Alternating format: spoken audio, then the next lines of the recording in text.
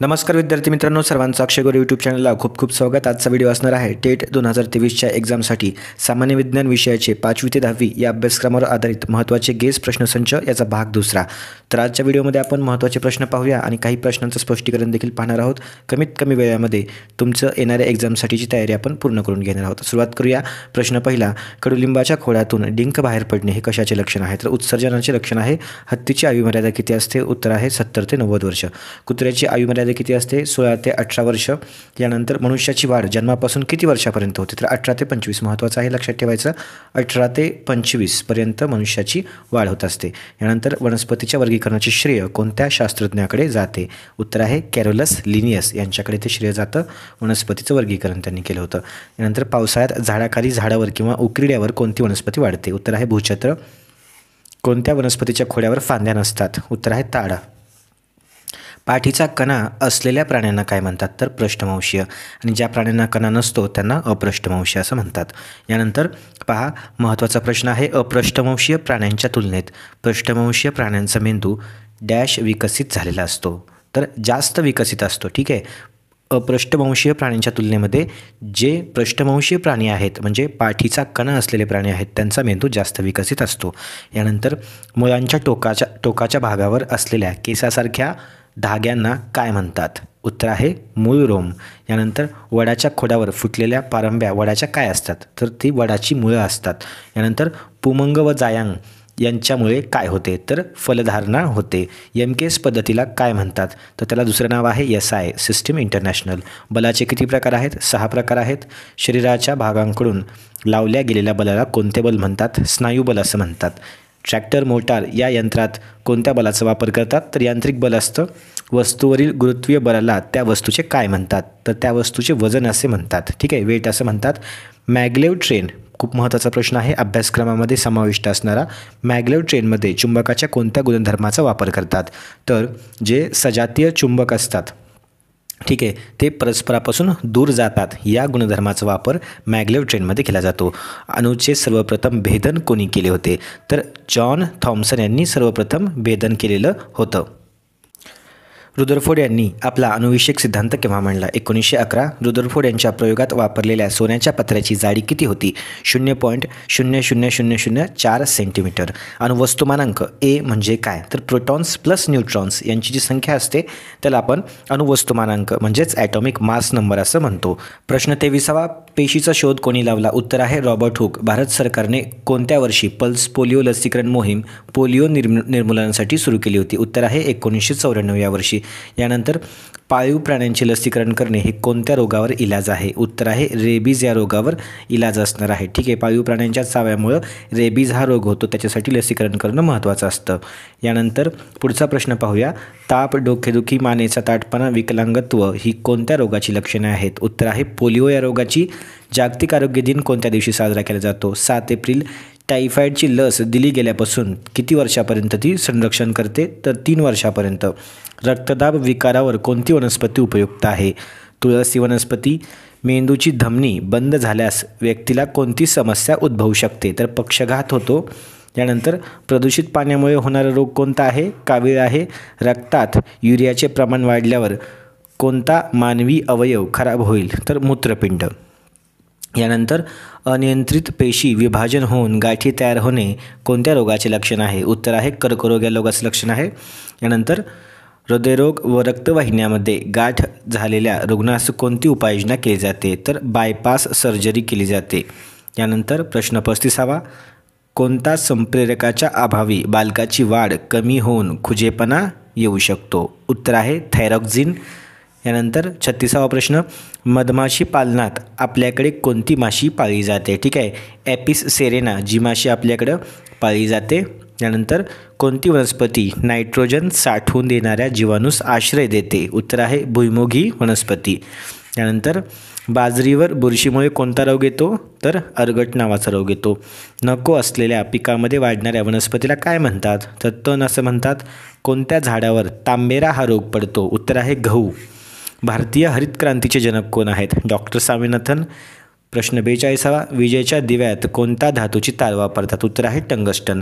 यानंतर महत्त्वाचा प्रश्न, लिंबाच्या रसात कोणते ॲसिड असते? उत्तर आहे सायट्रिक ॲसिड असतं. पहा, लिंबाच्या रसामध्ये. यानंतर चिंचेमध्ये कोणतं असतं? Tartaric acid. दह्यामध्ये लॅक्टिक ॲसिड. व्हिनेगारमध्ये ॲसिटिक ॲसिड. लोण्यामध्ये ब्युटेरिक ॲसिड. महत्त्वाचं आहे, स्क्रीनशॉट काढून ठेवा, लक्षात ठेवा. यानंतर सर्वसामान्य निरोगी माणसाचा रक्तदाब किती असतो? तर रक्तदाब किती असतो? 120/80 लक्षात ठेवायचं. ठीक आहे, 120/80 नॉर्मल लोकाचा रक्तदाब असतो. नंतर विटॅमिन कच्या अभावी कोणता आजार होतो? स्कर्वी होतो. न्यूट्रॉनचा शोध कोणी लावला? चॅडविक यांनी लावला होता. चार्ल्स डार्विनने कोणत्या ग्रंथात उत्क्रांतीचा सिद्धांत मांडला?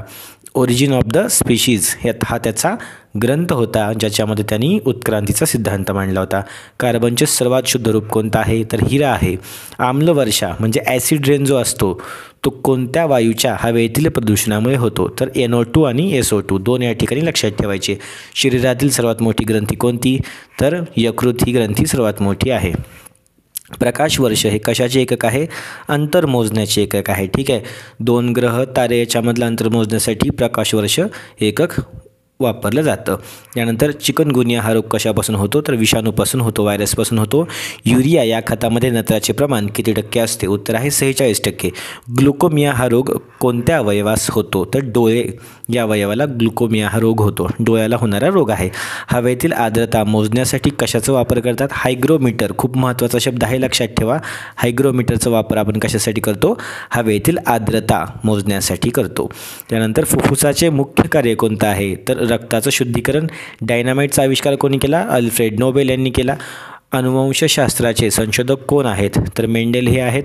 वाफेवर चालणाऱ्या इंजिनाचा शोध कोणी लावला? जेम्स वॅट यांनी लावला. 1 हॉर्स पॉवर म्हणजे किती वॅट? 746. लक्षपूर्वक तुम्ही हे सर्व प्रश्न पहा. सर्वच प्रश्न अभ्यासक्रमामधील आहेत आणि जशास तसे एक्झाममध्ये विचारले जातात. त्याच्यामुळे व्हिडिओ लक्षपूर्वक आणि शेवटपर्यंत पाहायचा आहे. एक्झाममध्ये जेव्हा प्रश्न येतील ना, तेव्हा तुम्हाला जशास तसे आलेले प्रश्न येणाऱ्या एक्झाममध्ये दिसणार आहेत. तर हिपॅटायटिस हा आजार कोणत्या अवयवाशी निगडीत आहे? तर यकृताशी निगडीत आहे. बेरीबेरी आजार कोणत्या जीवनसत्वाच्या अभावी होतो? तर ब जीवनसत्वाच्या अभावी होतो. गॉयटर रोग कशाच्या कमतरतेमुळे होतो? तर आयोडीनच्या कमतरतेमुळे. हवेचा दाब मोजण्यासाठी कोणते उपकरण वापरतात? तर बॅरोमीटर वापरतात. नॉटिकल मैल हे अंतर मोजण्याचे एकक कोठे वापरतात? तर समुद्रामध्ये अंतर मोजण्यासाठी नॉटिकल मैल. ठीक आहे. इन्सुलिन या संप्रेरकाच्या अभावी कोणता रोग होतो? मधुमेह म्हणजेच डायबेटीस होतो. रक्तातील कोणता घटक वाढल्याने हृदयरोग होण्याची शक्यता वाढते? तर कोलेस्ट्रॉल. लक्षात ठेवायचं, कोलेस्ट्रॉल. यानंतर चांदीची संज्ञा काय आहे? लक्षात ठेवा, Ag हे आहे चांदीची संज्ञा. हिमोग्लोबिन तयार होण्यासाठी कशाची आवश्यकता असते? उत्तर आहे लोहाची आवश्यकता असते. शरीराचा तोल सांभाळण्याचे काम कोणाकडून नियंत्रित केले जाते? लहान मेंदूकडून. यानंतर कोवळ्या सूर्यप्रकाशापासून कोणतं जीवनसत्व भेटतं? D जीवनसत्व.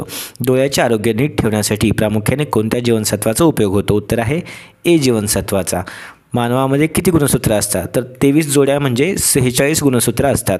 हत्तीरोग कोणता डास चावल्याने होतो? तर क्युलेक्स नावाचा डास आहे, तो चावल्याने काय होतो? हत्तीरोग होतो. वनस्पतींना भावना असतात असा सिद्धांत कोणी मांडला होता? डॉक्टर जगदीशचंद्र बोस. गाजरामध्ये कोणतं जीवनसत्व असतं? A. ठीक आहे, तर ते डोळ्यासाठी चांगलं असतं. म्हणतो ना आपण की गाजर खाणं हे डोळ्यासाठी चांगलं असतं, त्याच्यामध्ये A जीवनसत्व असतं. आणि याच्या अभावामुळे कोणता रोग होतो?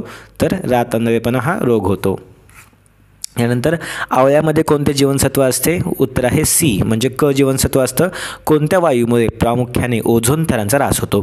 तर उत्तर आहे महत्त्वाचा वायू आहे, लक्षात ठेवा, क्लोरोफ्लोरोकार्बन. आणि हा वायू कुठे असतो? पहा, आपण जे घरामध्ये फ्रीज वापरतो आणि AC वापरतो त्याच्यामध्ये हा वायू असतो.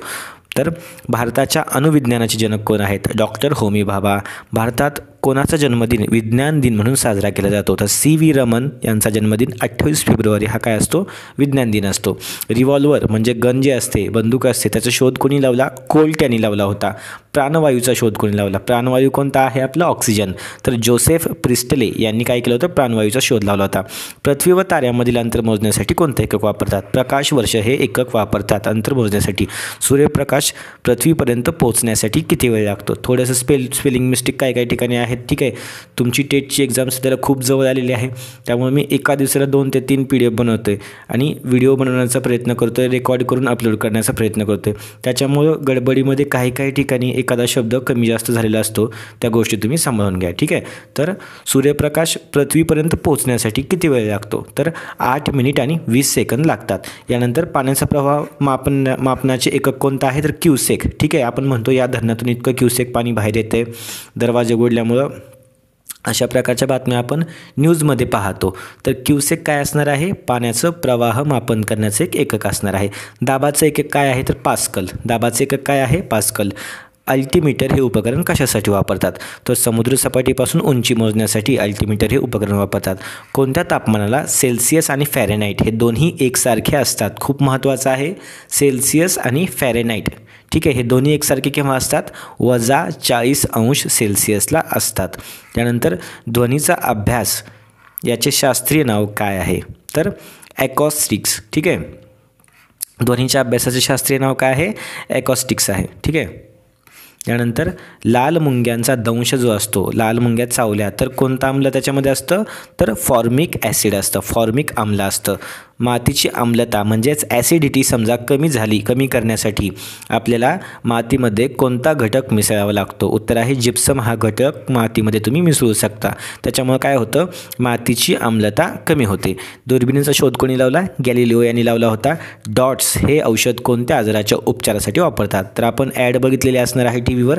डॉट्सचा DOTS डॉट्सचा वापर कशासाठी करतात? तर क्षयरोगासाठी. ठीक आहे, सोने या मूलद्रव्याची रासायनिक संज्ञा कोणती आहे? उत्तर आहे AU. ठीक आहे, मग अशा आपण चांदीची पाहिली AG, याची काय ठेवायची लक्षात? AU. यानंतर शक्तीचे एकक काय आहे? वॅट हे एकक आहे. यानंतर जेव्हा वनस्पती सूर्यप्रकाशात प्रकाश संश्लेषणाची क्रिया करतात तेव्हा कोणता वायू सोडतात? तर ऑक्सिजन हा वायू सोडतात. ठीक आहे, कार्बन डायऑक्साईड घेत असतात आणि ऑक्सिजन वनस्पती सोडत असतात. यानंतर स्वादुपिंड ग्रंथी कोणता स्त्राव स्त्रवते? उत्तर आहे इन्सुलिन. यानंतर अवकाशात प्रवास करणारी पहिली भारतीय महिला कोण होती? तर कल्पना चावला या पहिल्या भारतीय महिला होत्या. यानंतर भूकंपाची तीव्रता कोणत्या एककात मोजली जाते? उत्तर आहे रिस्टर स्केल. आणि सेस्मोग्राफ हे जे यंत्र आहे ते कशाची तीव्रता मोजण्यासाठी वापरतात? तर भूकंपाची तीव्रता मोजण्यासाठी सेस्मोग्राफ हे यंत्र वापरतात. यानंतर विद्युत प्रवाह मोजण्यासाठी कोणतं यंत्र वापरतात? तर गॅल्व्हानोमीटर. नाव लक्षात ठेवा, गॅल्व्हानोमीटर विद्युत प्रवाह मोजण्यासाठी. बायोगॅसमध्ये मुख्य घटक कोणता असतो? तर मिथेन हा बायोगॅसचा मुख्य घटक असतो. तर अशा प्रकारे आपण 5वी ते 10वीमधील एक्झाममध्ये विचारले जाऊ शकणारे महत्त्वाचे प्रश्न पाहिलेले आहेत. तर तुम्हाला जर हा व्हिडिओ आवडला असेल तर व्हिडिओला नक्की लाईक करा, तुमच्या मित्रांपर्यंत शेअर करा. चॅनलला आणखीनही सबस्क्राईब नसेल केले तर चॅनलला सबस्क्राईब करा. भेटूया अशाच पुढच्या व्हिडिओजमध्ये. Thank you so much.